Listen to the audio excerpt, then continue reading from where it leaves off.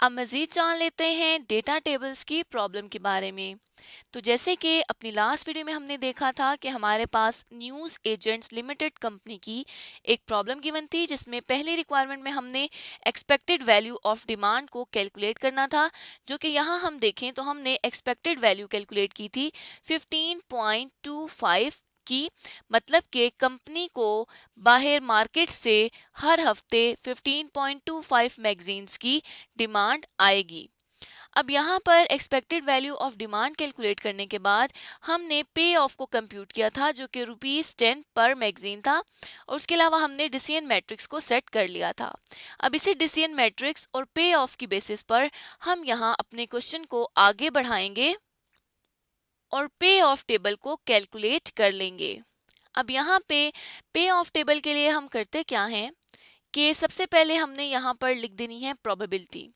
Probability अगर हम question में आए तो यही वाली 0.2, 0.55 और 0.25 की हमें अवेलेबल है। इसको हमने यहाँ पर लिख देना है। तो हमने यहाँ पर प्रोबेबिलिटी जो है उसको मेंशन कर दिया है। उसके बाद आउटकम या units, number of units demanded, उसमें हम इसी तरह से ये जो डिसीजन मैट्रिक्स है एज इट इज इसको उठा के यहाँ पर लिख देंगे। तो डिमांड या 10 की आएगी या 15 की आएगी या 20 मैगजीन्स की आएगी। तो हमने यहाँ पर डिमांड को मेंशन कर दिया। इसको हम कर देते हैं बोल्ड, ताकि हमें पता चल जाए कि ये हमारा आउटकम है। और उसके बाद डिसीजन को हमने कहा था कि हम यहाँ ऊपर प्लॉट करेंगे, और डिसीजन भी ये है कि या कंपनी 10 मैगजीन्स खरीदेगी या 15 या 20 मैगजीन्स खरीदेगी। अब ये डिसीजन है तो इसको भी हम यहाँ पर बोल्ड कर देंगे, ताकि हमें पता चल जाए कि यहाँ पर हमने डिसीजन लेना है 10, 15 या 20 में से किसी एक का। उसके बाद अब हम पे ऑफ टेबल बनाना स्टार्ट करते हैं। पे ऑफ टेबल हम किस तरह से बनाएंगे कि अगर 10 मैगजीन्स हैं और 10 मैगजीन्स ही खरीदी हैं और 10 की 10 ही बेचती हैं, तो हम यहाँ पीछे आए तो हमने पे ऑफ कैलकुलेट किया था कि अगर कोई सेल होगी तो एक मैगजीन पर 10 रुपए का प्रॉफिट आएगा। तो हमने यहाँ पर पे ऑफ को देख लेना है। तो उसके लिए हम क्या करेंगे कि 10 मैगजीन्स हैं और 10 रुपए एक मैगजीन के लिए प्रॉफिट है। तो जब हम इसको कैलकुलेट करेंगे तो ये आ जाएगा 100। तो अगर कंपनी 10 मैगजीन्स खरीद कर 10 ही बेच देती है तो कंपनी को 100 रुपए का पे ऑफ करेंगे ये मैगजीन्स। लेकिन अगर कंपनी 15 मैगजीन्स खरीद लेती है और 10 की उसे मार्केट से डिमांड है, तो हमने क्या करना है। उसके लिए हम यहाँ पर देखेंगे कि अगर कंपनी ने 10 मैगजीन्स बेचे हैं तो जो सेल आएगी वो तो 100 की आ जाएगी। सॉरी, जो प्रॉफिट आ जाएगा वो 100 का आ जाएगा, क्योंकि जब मार्केट से डिमांड ही सिर्फ 10 की है, कंपनी जब बेच ही सिर्फ 10 सकती है, तो उसको प्रॉफिट भी सिर्फ और सिर्फ 10 मैगजीन्स का ही आएगा। तो उसके लिए अगर 10 मैगजीन्स हैं और 10 रुपए का प्रॉफिट है तो 100 रुपए का प्रॉफिट आ गया। लेकिन यहाँ पर अगर हम क्वेश्चन में देखें तो ये कहा जाता है कि जो अनसोल्ड मैगजीन्स हैं वो ऑब्सोलीट हो जाएंगी, और साथ ही साथ अगर कोई सेल नहीं होती तो 15 रुपए की जो कॉस्ट है वो कंपनी को बियर करनी पड़ेगी। तो अगर हम यहाँ पर देखें तो 15 जो है वो कंपनी ने खरीदी थी। यहाँ पर अगर 15 खरीदी हैं, इनमें से 10 बिक गई हैं, तो 5 जो हैं वो बच गई हैं जो कि नहीं बिकी। तो इस अनसोल्ड के ऊपर, इस 5 मैगजीन्स के ऊपर 15 रुपए की कॉस्ट भी कंपनी को बियर करनी पड़ेगी। तो यहाँ पर इस प्रॉफिट में से जब कंपनी को 75 रुपीज की कॉस्ट बियर करनी पड़ेगी, तो हमने 100 में से 75 को लेस कर देना है। तो ये 24 का जो हमें पे ऑफ आ जाएगा वो आ जाएगा 15 मैगजीन्स की बेसिस पर। तो यहाँ पे हम पे ऑफ लिखेंगे 25 का। इसी तरह से अगर कंपनी ने 20 मैगजीन्स खरीद ली हैं और उनमें से 10 की डिमांड है, तो डिमांड हम देख सकते हैं वही यहाँ पर आ जाएगी, डिमांड के ऊपर प्रॉफिट। तो 10 मैगजीन्स हैं और 10 रुपए का प्रॉफिट हो रहा है, तो टोटल प्रॉफिट आ जाएगा 100 का।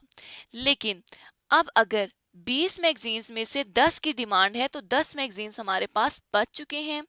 इन 10 मैगजीन्स पर कंपनी ने क्या करना है, 15 रुपए की कॉस्ट बियर करनी है। तो यहाँ पर 150 की कॉस्ट आ रही है और प्रॉफिट आ रहा है 100 का। तो कॉस्ट जो है वो प्रॉफिट से ज़्यादा है, तो हमने प्रॉफिट में से जब कॉस्ट को लेस किया तो ये -50 का मतलब -50 रुपीज़ लॉस के आ चुके हैं। तो अब यहाँ पर हमने जो पहली प्रोबेबिलिटी है, सॉरी जो पहली डिमांड है 10 की, उसकी बेसिस पर देख लिया है कि कंपनी अगर 10 यूनिट खरीदे तो उसको 100 रुपये का मुनाफा है, अगर 15 खरीदे तो उसको 25 रुपये का मुनाफा है, लेकिन अगर 20 खरीदे तो उसे 50 रुपये का नुकसान है। तो इससे ये साबित हुआ कि मैरी को सिर्फ उतनी प्रोडक्ट्स खरीदनी चाहिए, सिर्फ उतने मैगजीन्स खरीदने चाहिए जितने की उसको डिमांड आएगी, एक्सेसिव परचेज नहीं करनी चाहिए। अब यहाँ पे इसी तरह अगर 15 की डिमांड है तो उसकी बेसिस पर भी हमने पे ऑफ्स को कैलकुलेट करना है। अब यहाँ पर देखें तो थोड़ा सा हमने इसको वाइजली देखना है कि अगर 15 यूनिट्स डिमांड आ रही है मार्केट से, लेकिन खरीदे सिर्फ 10 जा रहे हैं, तो अगर खरीदेंगे 10 तो बेचेंगे भी 10 ही, 10 से ज़्यादा नहीं खरीद रहे तो हम मार्केट की डिमांड को पूरा नहीं कर रहे, तो 10 से ज़्यादा हम बेच भी नहीं सकते। तो इसलिए अगर खरीदेंगे 10 तो बेचेंगे भी 10, बेशक डिमांड 15 की हो, 20 की हो या 30 की हो, जितने पड़े हुए हैं उतने ही बेच सकते हैं। तो ये 10 को मल्टीप्लाई कर देंगे 10 के प्रॉफिट के साथ, तो यहाँ पर भी 100 रुपीज़ का प्रॉफिट जो है वो आ जाएगा। इसी तरह से अगर 15 की डिमांड है और 15 ही कंपनी खरीद रही है, तो उसमें क्या होगा कि हम 15 को मल्टीप्लाई कर देंगे 10 के साथ, तो 150 का यहाँ पर प्रॉफिट आ जाएगा। क्योंकि जब खरीदे ही 15 है तो डिमांड भी अगर 15 की है तो प्रॉफिट जो होगा वो 15 पर ही होगा, क्योंकि बेच हम 15 रहे हैं। इसी तरह से अगर लास्ट में आए तो कंपनी ने अगर 20 खरीद लिए हैं और 15 की डिमांड है, तो जब कंपनी ने ज़्यादा खरीद लिए हों तो उस सूरत में हमने क्या किया था कि अगर डिमांड 15 की है तो मतलब बिकेंगे कितने, 15, 15 से ज़्यादा नहीं बिक सकते। 20 बेशक वो खरीदे लेकिन बिकेंगे सिर्फ उतने ही जितने की डिमांड है। तो इसको 15 को हम 10 से मल्टीप्लाई कर देंगे तो ये हमारे पास 150 का प्रॉफिट आ जाएगा। लेकिन यहाँ पर 20 में से सिर्फ 15 सेल हो रहे हैं, 15 की डिमांड है, तो 5 जो है वो अनसोल्ड है। तो हमने क्या करना है कि 5 को मल्टीप्लाई कर देंगे 15 के साथ, तो ये 75 आ जाएगा। अब जो टोटल प्रॉफिट है उसमें से जो कॉस्ट कंपनी को बेयर करनी पड़ेगी, अगर वो हम लेस करें तो वो आ जाएगी 75। इस तरह से हमने लास्ट में भी कैलकुलेट कर लिया 15 की बेसिस पर। अब 20 की बेसिस पर भी हम इसको कैलकुलेट कर लेंगे, क्योंकि जब खरीदेंगे ही सिर्फ 10 तो डिमांड का उसमें कोई कंसर्न नहीं है, डिमांड जितनी मर्जी ज्यादा हो लेकिन कंपनी जितने खरीदेगी उतने ही बेचेगी, तो यहाँ पर 100 का ही हमारे पास प्रॉफिट आ जाएगा। उसके बाद नेक्स्ट अगर कंपनी 15 खरीद रही है और डिमांड उसकी 20 की है, तो उस सूरत में भी हमारे पास 150 का ही प्रॉफिट आ जाएगा, जिस तरह से हमने यहाँ पर कैलकुलेट किया था कि अगर बिकेंगे 15 तो 15 multiply by 10 is equals to 150। Last में अगर 20 कंपनी खरीद रही है और 20 ही बेच रही है, तो उस सूरत में क्या होगा कि 20 को हम 10 से मल्टीप्लाई कर देंगे जो कि प्रॉफिट है, तो ये आ जाएगा 200 रुपीज का प्रॉफिट। तो यहाँ पे 200 रुपीज का प्रॉफिट हम लिख देंगे। अब हमने ये जो पे ऑफ्स हैं इनको तो कैलकुलेट कर लिया है, लेकिन हमने क्या करना है, हमने एक्सपेक्टेड वैल्यू को भी कैलकुलेट करना है।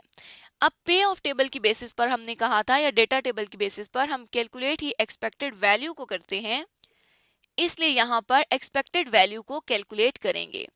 वो किस तरह से कैलकुलेट करेंगे कि यहाँ पर 100 रुपीस का प्रॉफिट है और इसकी प्रोबेबिलिटी जो है वो 0.2 की है।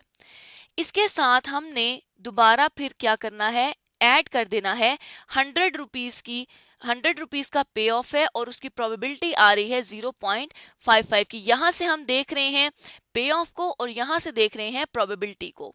उसके बाद इस ब्रैकेट को भी हमने क्लोज कर दिया और इसमें हमने ऐड कर देना है लास्ट, जो कि 100 रुपीस का पे ऑफ है और उसको हमने मल्टीप्लाई कर देना है 0.25 से, जो कि प्रोबेबिलिटी आ रही है। ब्रैकेट को क्लोज करने के बाद हम इसका टोटल कर देंगे तो एक्सपेक्टेड वैल्यू आ जाएगी 100 रुपीस की। और इसी तरह से हमने फिर तमाम जो तीनों डिसीजंस हैं उनके एक्सपेक्टेड, उनके जो पे ऑफ्स हैं उनकी बेसिस पर टोटल एक्सपेक्टेड वैल्यू को कैलकुलेट कर लिया है। अब डिसीजन किस तरह से लिया जाता है पे ऑफ टेबल में, कि कंपनी को जोन सा पे ऑफ जिस डिसीजन पर कंपनी की एक्सपेक्टेड वैल्यू ज़्यादा आती है, कंपनी उस डिसीजन को अडॉप्ट कर लेती है। तो यहाँ पे अगर हम देखें तो कंपनी के पास 125 पर सबसे ज़्यादा एक्सपेक्टेड वैल्यू आ रही है, तो कंपनी को टोटल 15 मैगजीन्स खरीदने चाहिए ताकि कंपनी मैक्सिमम जो वैल्यू है, मैक्सिमम एक्सपेक्टेड वैल्यू को अचीव कर सके। तो इस तरह से आज की इस वीडियो में हमने जान लिया कि डेटा टेबल्स को बनाकर किस तरह से एक्सपेक्टेड वैल्यू को कैलकुलेट किया जा सकता है, और हमने न्यूज़ एजेंट लिमिटेड कंपनी के लिए दोनों रिक्वायरमेंट्स को पूरा कर लिया।